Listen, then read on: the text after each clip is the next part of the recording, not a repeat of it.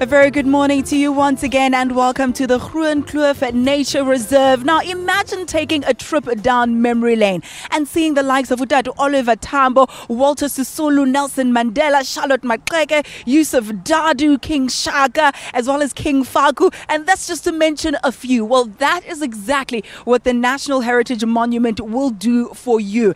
It is over 50 in fact at the moment, life-size statues, but once completed there will be 400 of them, and they showcase the heroes and heroines of South Africa, pre-colonialism, post-colonialism, anti-apartheid veterans, and that is what is being launched today by the Department of Arts and Culture, as well as a number of other ministries. Now, I'm joined by one of the people who made this possible, an artist who I think, did something that's absolutely outstanding, because you can see even the hair follicles in these statues, and that's exactly how precise they have been. A very good morning to you. Thank you so much for joining us. Hi. Zelda, talk to me about your process in putting this together. I believe you designed them and you had to pick which veteran or icon you wanted to work with. We were given a list initially of people who were preferred for the project as in the initial stages, and then we could select people from that. And the first person I sculpted was Charlotte Maxeke, who was absolutely amazing to work on, because we had to do quite a lot of research into the particular person's history and then try and find a way of portraying them in such a way that you actually got their contribution towards this country came across in the way you portrayed them. But also the facial expressions. You had to capture the very essence or the soul of that person. Whether it's in the sparkle in their eyes, the slight turn of their smile. How do you do that? There are some historical photographs that one works on. With Charlotte Maxeke, for example, there were only 2 photographs to use, so it makes it more difficult and at the same time easier, because there's no one who actually is still alive who knows her, who knew her. So it was easier from that perspective, but also difficult because you've got to make her recognizable from the 1 or 2 photographs that you have. So it's basically from photographic reference, and then we also use, I think, like most of the other artists, they also use a model to work from to actually get the anatomy right and so on. And then also research into the costumes of the period, what sort of thing the particular person you're sculpting would have worn and so on. So it all depends on who the person is that you're busy sculpting at the time. Whether there's a lot of reference material or not.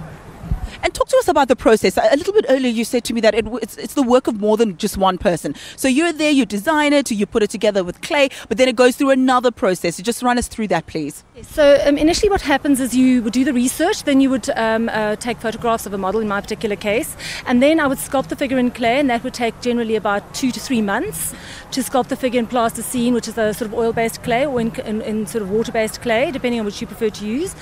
And then thereafter, the people from the foundry, I would use a foundry who do bronze casting. They would come and make a mold, and then they cast it in wax, and then they actually have people in their foundry that do the wax finishing and the casting, and then the casting in bronze, and it's done in sections and then put together afterwards. So it's a 2 to 3 month process for them as well. So each of these figures generally takes about 4 to 6 months to finish. So it's not only one person's work. At the foundry, there at any time I think are 8 to 10 people when it goes through its different stages working on the thing. So it's a totally South African project in the sense that there's a lot of work for South Africans, and there's also a lot of skills development as part of the project. And it's a homegrown project in its initiation as well as in every single step of the production.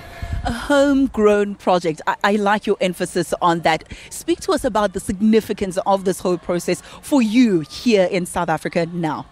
As a white South African, I really, we were so deprived of the history of this country and so removed from half our history. So for me it's been fascinating to be able to find out about people that I didn't even know about. I wasn't even aware of their existence.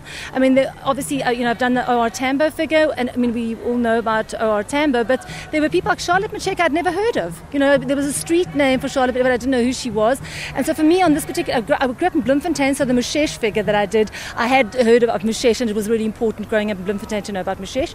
But for so many of the other figures, they weren't part of my known history, and this is what's so fantastic. It's suddenly become part of my known history rather than something that was other people's history. And so I think the project's fantastic in making it so inclusive for everybody, so we all know the history of our country as a group rather than just as a particular group. Love it. I love the fact that it did for you what it plans to do for the rest of South Africa.